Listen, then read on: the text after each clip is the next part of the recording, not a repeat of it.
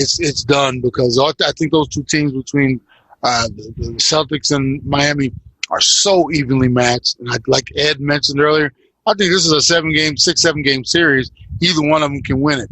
Now, I'd love to see my ideal matchup would be Clippers against the Heat. I just think that would be for basketball purists. I think it would be like a little bit of a throwback series. A lot of defense, fundamentals with Kawhi. I mean, the mid-range game, those type of things. It would be such a good matchup for me, and that's what I'm kind of rooting for. But I could be totally wrong because, until we get through tonight, we don't even know who's going to be facing the Lakers. I myself would love to see a throwback 80s NBA Finals rematch, Boston and the Lakers. How many classic championship series the Boston Celtics and Los Angeles Lakers have had over the years. I grew up in the 80s with basketball, NBA basketball. That was when I fell in love and just grew to love NBA basketball. But I would love to see the Celtics and the Lakers again. But like Ed said, the Heat and the Celtics can go 7. That's a toss. That's a pick 'em as far as I'm concerned. It could go either way, Miami or Boston. I would love to see playoff P and Kawhi Leonard go against LeBron and AD. That would be a great Western Conference Finals. And if it came to that, I would go with the Clippers as well. But if LeBron is playing like he did the other night against the Houston Rockets, when he had his game face on pretty much the entire game, the Lakers are going to be pretty hard to beat, even for the Los Angeles Clippers. So I think it's going to be an LA team against Boston. I don't know if it's the Clippers or the Lakers. I would just that's another toss-up. But if he had to twist my arm, I'd say Boston and the Lakers. I can't wait. It's going to be very exciting the next, several days and next 2 weeks, because the finals start September 30th. So just not too far from now. And at the same time, we'll have MLB postseason also starting, which we'll go into that a little later on. But last question that I have with NBA before we go into some NFL talk here. We just mentioned it time and time again, the amazing performances with these players, the way that they played, put their heart, their everything out on the court, the way that we've seen Suns play, the way we've seen Dallas play, the way the Clippers are playing, Denver even now, like the Rockets, just everybody across the board. But these players like Luka, he's just phenomenal. We have Kawhi Leonard, we have Devin Booker, we have Josh's, I always have trouble saying his name. Excuse me for that. Mm-hmm. But, I want to get your player that stands out the most in this, not only in the season, but within the bubble and these playoffs and what they've been able to come through and overcome, especially this season. For me, sometimes you don't watch something and then you see it and you're like, how the heck is that happening?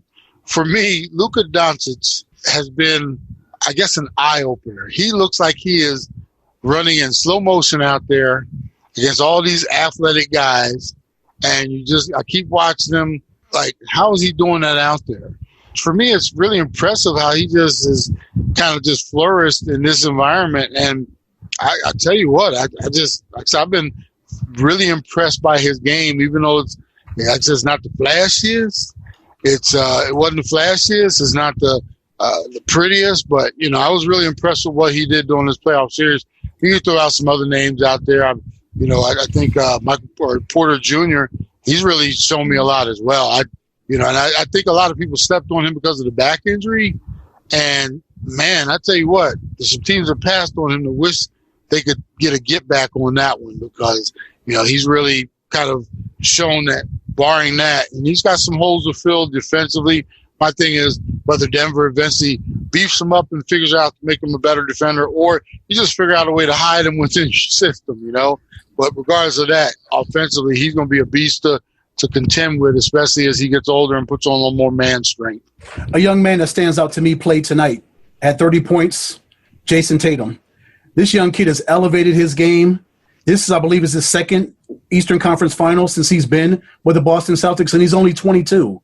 And he had his son there at the game tonight, which was so cute. Every time they showed Deuce Tatum, he was such a cute little boy, and he got to reunite with his son with all the COVID and the quarantine protocol that they had to go through to get their families in there. He got his son in there, and he balled out tonight. He's been balling out this entire playoff series for the Boston Celtics, and they would not be where they are right now in the Eastern Conference Finals were it not for what Jason Tatum has been able to do for the Boston Celtics and the way he's elevated this organization and brought them to 4 wins within 4 wins of making the NBA Finals. So for me, it'd be Jason Tatum. 1A would be Jamal Murray. The Denver Nuggets would not be where they are right now on the brink of making it to the Western Conference Finals were it not for the play of Jamal Murray. We saw what he did against the Utah Jazz, 50 points, 42 points, and 50 points in a 3-game span. Jamal Murray has secured himself as one of the elite shooters and one of the elite basketball players, one of the elite professional basketball players in this league. And I'm just so impressed by all these young guys just stepping up in the bubble, despite everything that's going on with all the worries they have, I'm sure, with their families and COVID and all this other stuff. The fact that they can somehow block all that out and go out and do their job and entertain us and fight for a world championship, that is so impressive. These young men are taking all this on their shoulders, and they just go out and do business. Definitely, you said it, doing business, and it hasn't been easy, especially, these young kids, they're young, 22, 24, for just anybody, even just for us, away from family and friends and everything, or from having a regular day-to-day life. And then, exemplify, that goes just even more, exemplifies even more with just the professional athletes and NBA in the bubble, in the situation, even more. We'll go ahead and go on to NFL, which is kicked off the season this last Thursday. Sunday was just game after game and doubleheader of Monday Night Football. We just had so many great matchups. We had Houston against Kansas City. We had Green Bay Packers against Minnesota Vikings. We had Arizona Cardinals against the San Francisco 49ers. Pittsburgh and the Giants, just so much happening with football. And we saw some amazing games out there. We saw Aaron Rodgers, what he was able to do. We saw Tom Brady, what he was not able to do.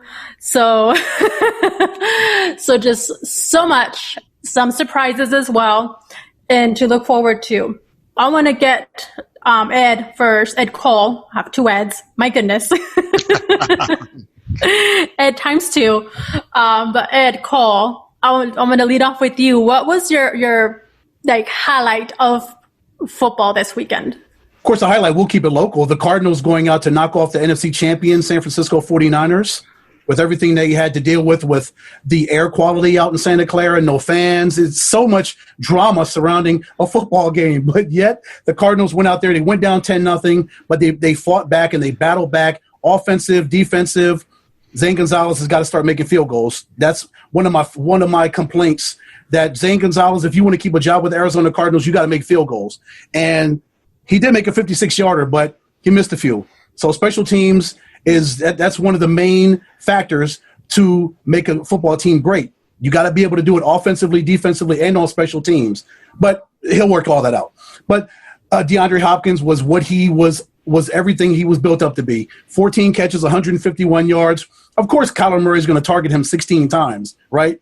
You pay this guy $55 million, DeAndre Hopkins. You bring over one of the best wide receivers in the game, and you have to target him at least 15 or 16 times. So him and Kyler Murray are going to be so exciting to watch this entire season. But Kyler stayed within himself, 26 of 40, 230 yards, 1 touchdown. He had 91 yards on the ground and a rushing touchdown. Kyler came into his own. He grew over the season. Of course, he bulked up, and he gained some weight so he could deal with these linebackers and all these defensive linemen, so he can take the hit and be like Russell Wilson. He looked like Russell Wilson a lot to me on Sunday, the way he ran around and just coordinated the offense and ran things. And Budda Baker, what phenomenal on the defensive side. 15 tackles.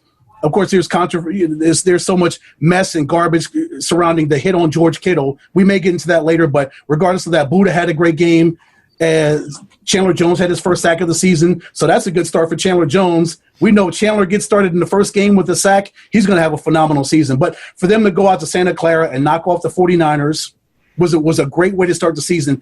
Ed, their first winning season since the 2015 season. They're 1-0. It may only be one game, but they're 1-0. Yeah. And since you picked the Cardinals, I'll go a different route because I was thinking the same thing as you, Ed, as far as impressive, and staying local. But I'll branch out. One of the big takeaways for me was Kansas City, the Chiefs.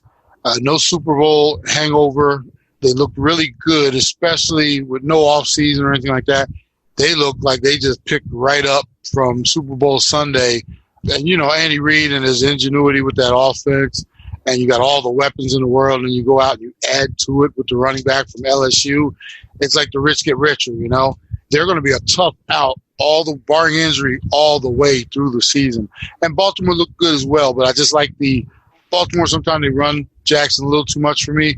I like the fact that they keep Mahomes in the pocket, but all those weapons, Kelsey, Tyreek Hill, the young running back, Edwards hilarious. You just run down the list, and it's like, wow.